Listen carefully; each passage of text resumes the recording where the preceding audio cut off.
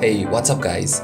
Recently, I got my hands on the iPhone 6s and I thought I will make a tips and tricks video to help all the new iOS users and advanced users, as this video will help you to learn more about the iPhone and the iOS 9. So let's get started. Starting with the features that are new to the iPhone 6s. First is 3D touch. Now you can force touch on any app icons, emails, messages or photos to bring up a quick preview or quick options. Like for camera, you have options to quickly take a selfie, record slow-mo and more.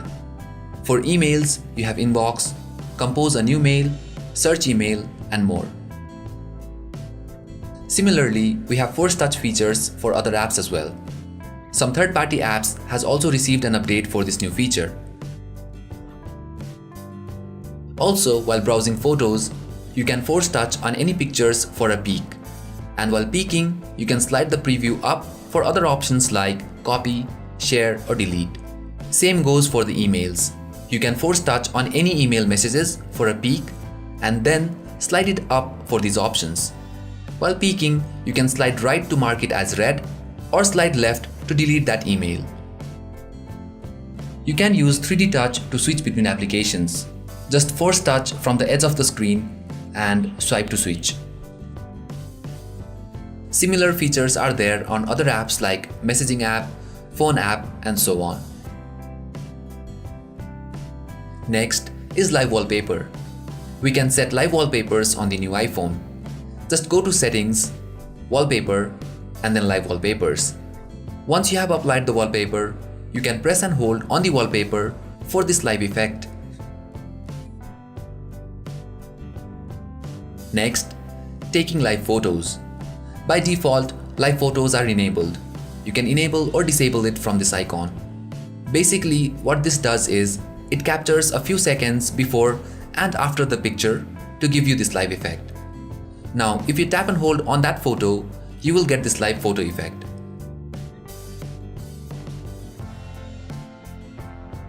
You can also apply live photos as your live wallpapers. Now let's get to the basics. Sometimes apps are not updated for the latest OS, or you may face a crash on different applications. So there is a way to force close an app rather than to restart the phone. All you have to do is hold down the power button, and once the power slider pops up, let go the power button and then keep holding the home button. This will force close any app that is actively running. Next, it's soft reset. Sometimes the touch or the screen does not respond, so you can opt for soft reset. Just hold down the power button and the home button at the same time until you see the Apple logo.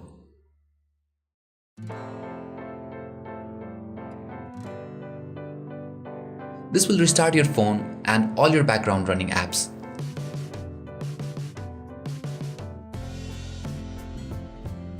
Next, ringtone and notification volume won't be affected by the volume keys. By default, while decreasing the media volume, you will decrease the ringer volume as well. So to skip that, go to settings, sounds, and here you have an option called change with buttons. Turning this off will keep your ringtone and your alert tone on the desired volume and won't change when you press the volume keys. Next, display message timings. On the Messages app, you can view the timing of the message by sliding left. This will help you to see the exact timing of your conversation. Next, we have Do Not Disturb on Messages. If you are annoyed by some text messages like offers from your carriers or other senders, you can turn on the Do Not Disturb mode by going on to Details and then turn on the Do Not Disturb for this sender. Doing this will only show the notification count but will not alert you. Next, private mode on Safari. With features like handoff and iCloud sync, it isn't safe that all your browsing data are synced between all your devices.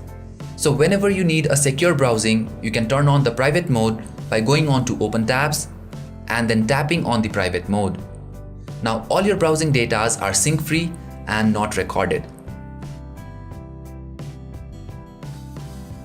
Next, keyboard shortcuts. There is a quick way of typing messages on your iPhone. Go on to Settings, General, Keyboard, and here we have an option called Text Replacement. Tap on it and you will find a range of shortcuts for your keyboard, like OMW for On My Way, ASAP for As Soon As Possible, and many more.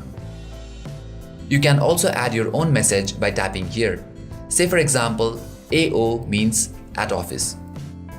Now whenever you input the shortcut, the full phrase will be typed.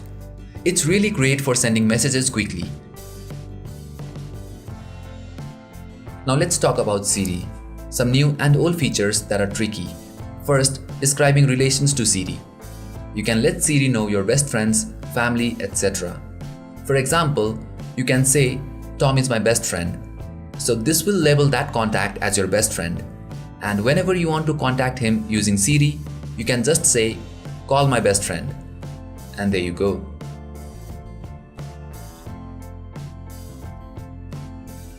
Similarly, you can assign your relatives, colleagues, etc. Second is music detection. You can activate Siri and ask what's playing. Then the Siri will detect the song that is playing nearby. Next, it's system settings. If you didn't already knew, you can have Siri perform certain actions like you can tell it to turn on and off the airplane mode, Bluetooth, Wi-Fi, etc. Also, this command works for increasing and decreasing the brightness, volume, etc. Next is accessibility. There are a lot of features that will help you to get most out of your iPhone. Go on to Settings, General, and under Accessibility, you have different options here. I will point out the ones that are important. First, we have Speech. You have got two different options on Speech. The first one is Speak Selection. That is, whenever you select a word, sentence, or a paragraph, you will get an option to make your iPhone speak the selected text. Similarly, Speak Screen will read the entire text from the screen. This can be very handy if you want your iPhone to read your emails or documents out loud. You also have options to choose voices, speaking rate, etc.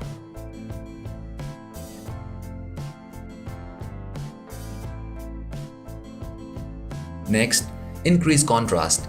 Under Increase Contrast, you have options to reduce transparency, darken colors, and reduce white point. Reduce transparency and darken colors are self-explanatory. Darken colors will increase the display saturation, which will be helpful while reading ebooks and editing pictures. But it may consume battery. Reduce white point will slightly turn down the white tones of the display. This won't have any impact on your viewing angles or visibility. Rather, it will make your iPhone more usable at low lights and slightly improve the battery performance. Next is Reduce Motion. You can also turn on Reduce Motion to reduce the motion of user interface, including the parallax effect, which will result in better battery life. Next we have is 3D Touch. From here, you can turn on and off the 3D Touch, as well as adjust its sensitivity.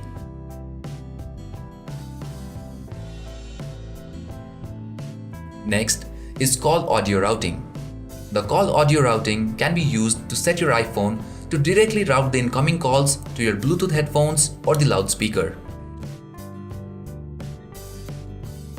You can turn on LED flash for alerts, which will make the LED flash when you get a notification. Very handy if you like to put your phone face down. Next is the balance between left and right. If you feel the left side of your earphone or the headphones are louder than the right side or vice versa, you can set it manually from here. Next is Guided Access. Guided Access will lock the iPhone at a certain screen. So let me explain this. First, you need to turn on Guided Access. Then triple press the home key, and here you can also circle the areas you want to disable and then hit start. If it's your first time, you have to give a passcode. This will lock the iPhone on the current app and you cannot use anything else but the app itself. To exit the Guided Access, you will have to triple press the home button and then give your passcode. This feature comes in very handy while giving your phone to your kids. Next, we have accessibility shortcuts. You can assign your iPhone to perform various actions when you triple press the home key, like turning on voiceovers, invert colors, grayscale, zoom, switch control, and assistive touch. If you enable all this and then you triple press your home button, you get an option on which action you want to perform. Selecting assistive touch makes a lot of sense. Personally, I use it to enable and disable assistive touch as I don't want the shortcut to take space on my screen. Next, music video as an audio. You can play your music video as an audio. Just launch the video app and play the music video. Exit the video app, and now you can play back the audio from the control center. Last but not the least is the field test. There is a secret code that can enable a few tests and modification to your iPhone. Just dial *3001 #12345 #*, and here you can view some infos about your SIM card, cell environment, etc. If you don't want this info, a quick tip is that you can tap on signal strength to change it to numbers. Since iOS 9 has this shortcut to go to the previous app, you can pull down the notification to view your signal strength. And if you want this to be as default, press and hold the power button until the power slider arrives, and hold the home button until the field test app is closed. And there you see. Now you get the numeric representation of the signal strength. So yes, that's all for this video guys. I have second episode coming up shortly. Stay tuned for that. I hope you found this video useful. Please like and share if you did. Stay tuned for more, and I will catch you guys in the next one.